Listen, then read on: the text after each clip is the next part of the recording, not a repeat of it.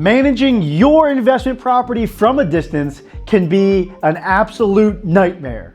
But by the end of this video, you're gonna know the ins and outs, the tricks that I have learned as a property manager and investor here in Bryan-College Station to help you manage your rental properties if you are not local to our market here in Aggieland. Guys, stay tuned for this video. It's gonna be a good one.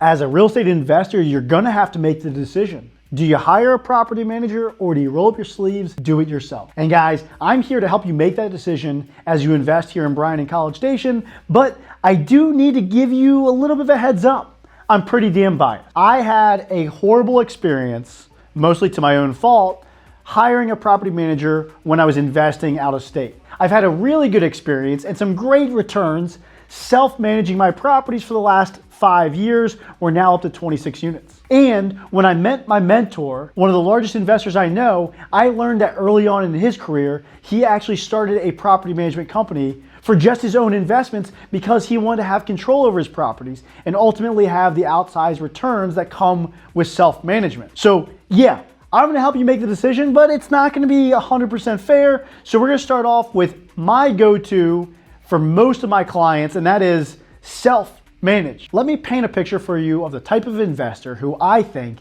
is ideal for self-management. You are a hardworking individual who has saved up their money and they're ready to invest it, or you're currently investing it.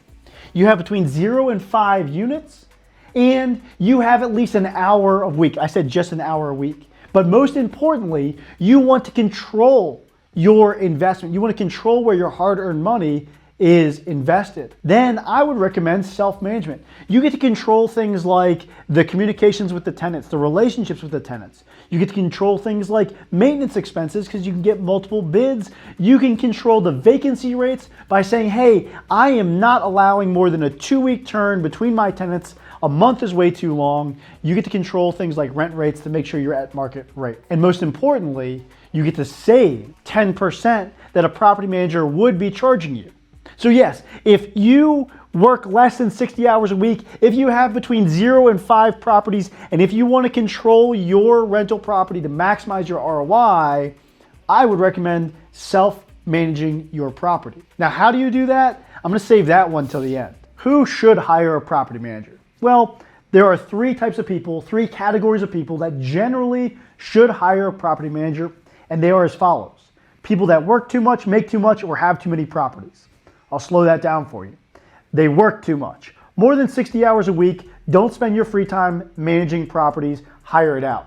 They make too much. If you make over $400,000 a year, just hire it out.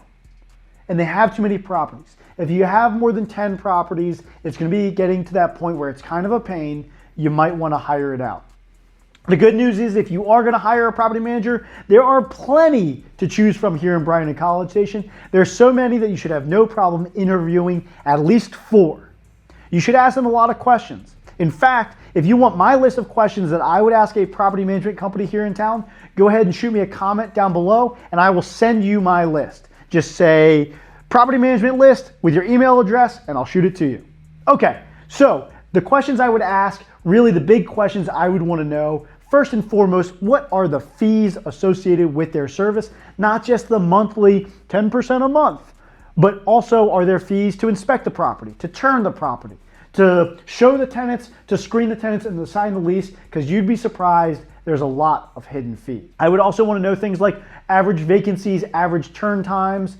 Turn times are important, guys. So this is something I didn't realize early on enough, but the amount of time it takes to get a property rent ready, right? The turn time from when one tenant moves out to when it's ready for the new one to move in, it matters a lot because that's vacancy time. So if it takes a week compared to a month, that difference can mean $1,500 of lost income because someone is just slow on getting it rent ready.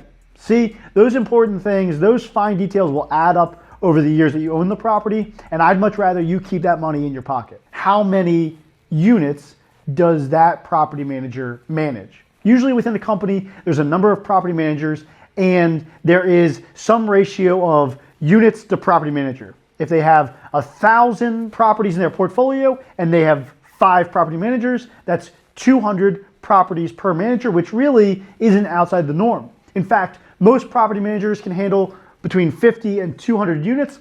When I was managing a large portfolio, I had about 130 to 150, and that was about right for what I was doing. But if you think about the math, it kind of gets your stomach to do some flips. So follow me real quick. Most property managers work a 40-hour work week. 40-hour work week, that makes sense. Most property managers work 4.3 weeks in a month because there are 4.3 weeks in a month. If you multiply 40 times 4.3, you get 172 working hours per month. So if a property manager has 172 units in their portfolio, that's pretty normal, and they work 172 hours per month, that means that they are spending 1 hour per month on your property. I don't think that's enough time to properly maintain a property. Remember, I recommend 1 hour per week. But it gets worse, because let's think about this. I'm going to pay that property manager probably 10% of my gross rental income. If I've got a single family house, that could be $2,000 a month in income. 10% of that is $200. If we do the math, that's $200 per hour to spend 1 hour on my rental property. It's not enough time and it's way too much money. That's why I recommend self-management. Okay, guys. I promised you every single episode I would have bonus content, a client question, and of course this one is specific to this topic. So my clients often ask, Greg, if I don't hire a property manager, it will be too much of a headache to manage it myself. How will I ever handle that? I've never managed a rental property before, and there is good news, because the answer to that question literally led me to create our self-management course. Basically, I guide you through self-management of your rental property. You're going to save 10% that you would otherwise be paying a property manager. You're going to get higher rents. You're going to have lower vacancies and better relationships with your tenants. Most importantly, you're going to have control over your property. We provide this as an add-on service to our investors who buy with us. So all you need to do is contact me. All my information is in the description below. I will talk you through what that looks like, how we can help you self-manage. Guys, we save our clients thousands of dollars per year through this process, and we can do the same for you. As always, you guys know I have a new video every single week. So until then, you take it easy.